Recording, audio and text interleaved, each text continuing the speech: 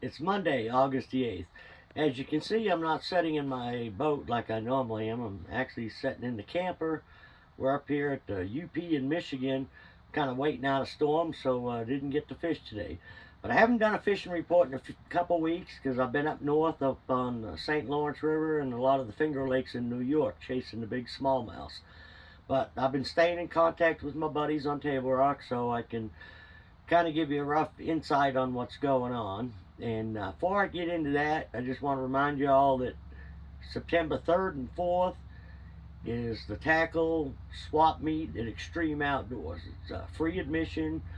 If you want to rent a booth or a table, I think it's like $50. But they've had two or three. I think this is the third one, and everyone has been really successful. There's a lot of really good deals there. You find anything, trolling motors, the jack plates, fish finders, all kinds of lures.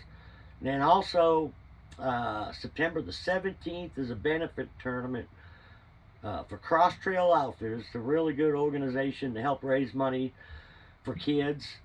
And if you need any information on that, go to Cross Trail Outfitters, the Springfield, Missouri chapter.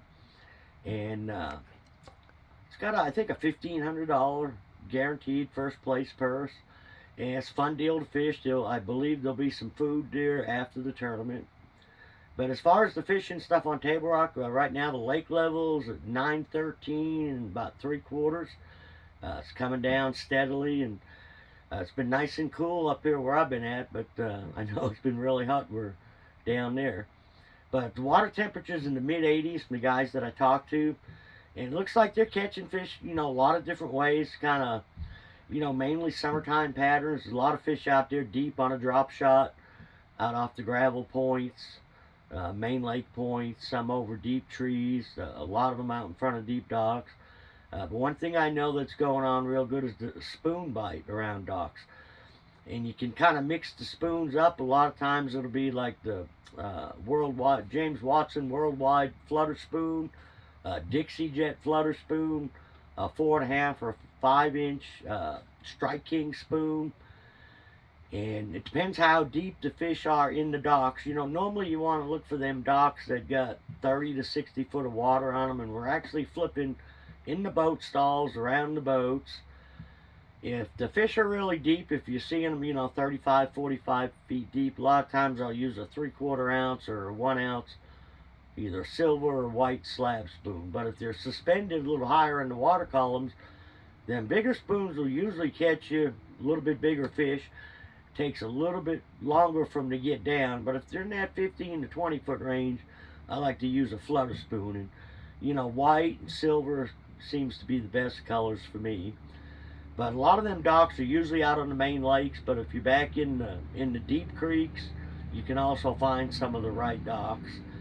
And I understand that there's a good bite up the James River on like an old monster, 10-inch worms, even like a magnum trick worm, fished on like a 5-fish ultimate shaky head, 1/2 ounce to 5/8 shaky head, football jigs. There's some fish being caught on swim baits up there. I think a lot of them fish are on like the channel swings, kind of the drop offs, any place where there's a channel that comes up against the point. And if you can find some brush or bigger rock, bluff end points will work well.